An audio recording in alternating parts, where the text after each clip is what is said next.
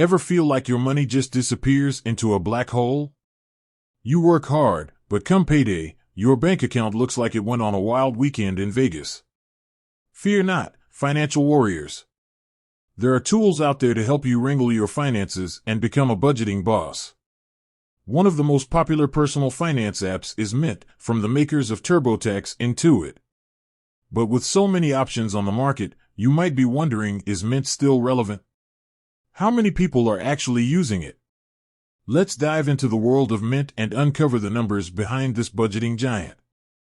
Mint's meteoric rise, from startup to powerhouse. Mint's story is one of tech industry fairy tales. Launched in 2007, it quickly gained traction with its user-friendly interface and free service. Gone were the days of spreadsheets and calculator juggling. Mint offered a one-stop shop for all your financial needs.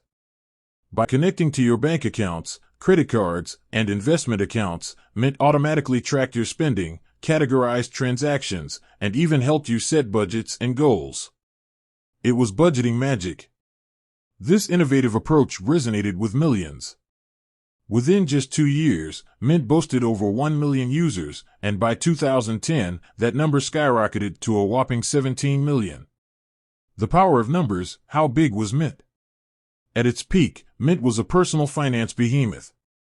Here's a glimpse into its user base. Millions strong, public reports from 2016 indicated Mint had over 20 million users. That's a lot of people taking control of their finances. Active engagement. While total user numbers are impressive, active users tell a more crucial story. In 2021, Intuit reported 3.6 million monthly active users. This dedicated group consistently relied on Mint to manage their money. The plot thickens. Why did Mint shut down? If Mint was so popular, why did the news hit us in 2023 that Intuit was pulling the plug? There are a few theories. Shifting priorities. Intuit might have decided to focus on its core tax and accounting software, leaving personal finance on the back burner. Competition heats up. The personal finance app market is fiercely competitive. New players with innovative features might have chipped away at Mint's user base.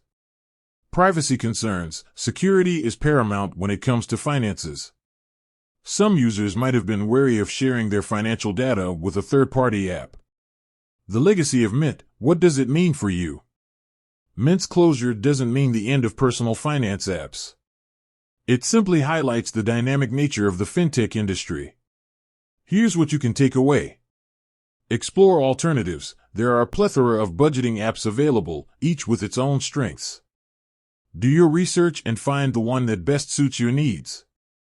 Security matters. Before diving in, ensure the app has robust security measures in place to protect your sensitive financial data. Embrace financial fitness. Regardless of the app, commit to taking control of your finances.